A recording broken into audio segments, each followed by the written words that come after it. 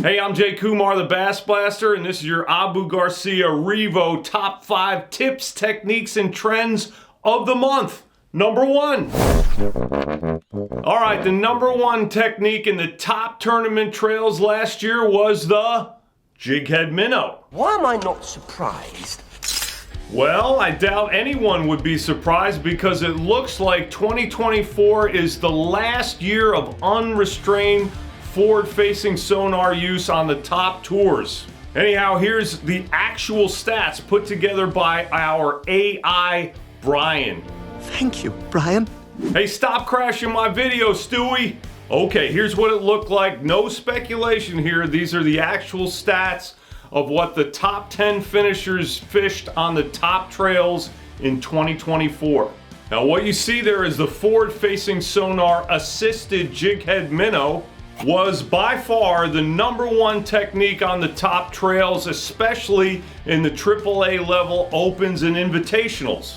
Now, it's interesting that it was used 10% more there versus the Bassmaster Elite Series and the Bass Pro Tour.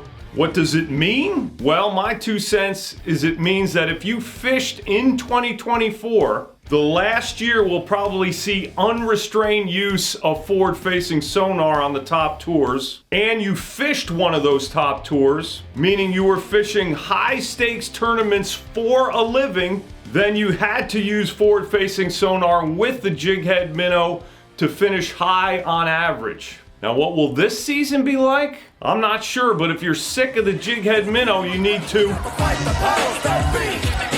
Fight the power. Fight the power, man. Number 2. What was the number 2 top technique across the big tours in 2024? Yep, that's right, the old drop shot. Here's the top techniques from the top 10 finishers on the top tours. It's a long way to the top if you wanna rock and roll. Heck yeah, man. Anyhow, here's the stats from the tops. Man, the drop shot was almost in Jighead Minnow territory, so you know it was catching them. Here's a few things about the drop shot maybe to bear in mind. Number 1, there's no better way to put a bait in a bass's face and keep it there. In your face, crabs. Number 2, it generates bites. Quick story. For years, everyone thought that Aaron Martens loved fishing a drop shot because he fished it so much. Well, one time he told me he actually didn't like fishing it. It just generated so many bites, it was like he couldn't not fish it most times. Okay, number 3, you can use any drop shot worm color you want, but 90+% of the time, it's pink, specifically the legendary Robo Worm color Morning Dawn. And for whatever reason, no matter how many times a largemouth bass sees a Morning Dawn worm on a drop shot, it's never... They never get sick of it. How many baits can you say that about, man? Number 3. So you might be thinking, hey, the number 1 and number 2 techniques on the top tours last year were the Jighead Minnow and the drop shot. Is it all finesse now? Is it all kind of raspberry beret? Nah. When you tally up all the top 10 baits and techniques from the top tours, the breakdown looks like this. Well, you can see not a whole lot of difference between finesse and power to finish in the top 10. And bear in mind, those percentages add up to more than 100 because most guys are fishing more than one bait or technique in a tournament. So if you're into forward-facing sonar and you think you can just get all floaty with your screens out there and kill it, that's right, you still gotta be a lumberjack, baby.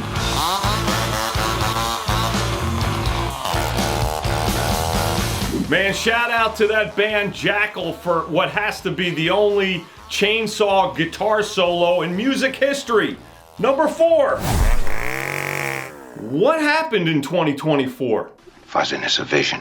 That's right, a lot of big sticks got fuzzy vision. It started off like this, then it went to this, and this. That last one is Bo Browning's homemade dice type bait he calls a fuzzy bug. Now, Bo is the son of longtime pro fisherman Stephen Browning, And Bo qualified to fish the Bassmaster Elite Series this year through the Opens. He says that homemade fuzzy bug bait caught him just about everywhere he fished last year.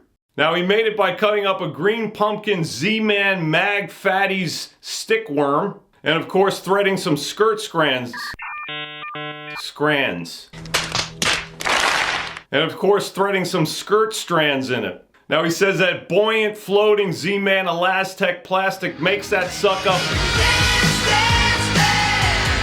It dances so great that he just lets it do its thing down there. He just dead sticks it. Not only that, while a lot of guys think it's sacrilege that a bass would bite a bait that looks like that, Bo says they think it's food. Specifically this. Plankton? That's right, crabs. Bo thinks that those fuzzy baits mimic Plankton, aka Young of the Year bass food. I guess it could. Anyhow, expect several more versions of fuzzy type baits to come out this year. Hail Plankton! Man, when everybody's shaking a jighead minnow or drop shotting a pink worm or dead sticking a fuzzy dice, it might be a good idea right around then to Go back the other way! The biggest trend in bass fishing the last couple years has been finesse, which you could argue is driven more by fishing pressure coming down on the fish than it is by forward-facing sonar. Pressure down on me. Either way, the second biggest trend, although not nearly as big, is going big. Like bigger than normal baits, sometimes way bigger. And not just big swim baits. Man, I thought John Cruz and Mike Iaconelli were just messing around when they introduced the Missile Baits Ike's Monster Jig last year. It only comes in an ounce and a half, and it has a 10-aught hook. Well, if you wanted to go the other way and fish a big bait, you could put a 4.5-inch Strike King Rage lobster on the back of it. Or even better, the 5.25-inch Bruiser Baits Intruder XGL.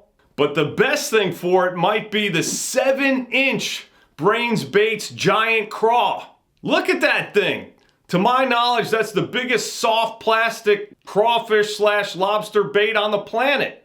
Now, one last deal about going the other way is turning something upside down or at least sideways. Check this from an older Bassmaster post about the legendary Jimmy Houston, who is a known spinnerbait black belt.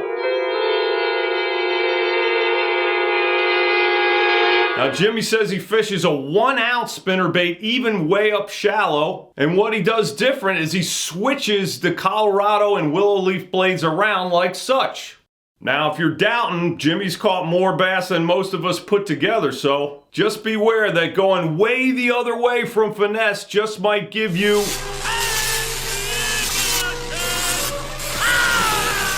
Alright, that's all I got for you this month. Thank you for watching. Thank you, Abu Garcia REVO. Tune in next month for the top tips, techniques, and trends. God bless you.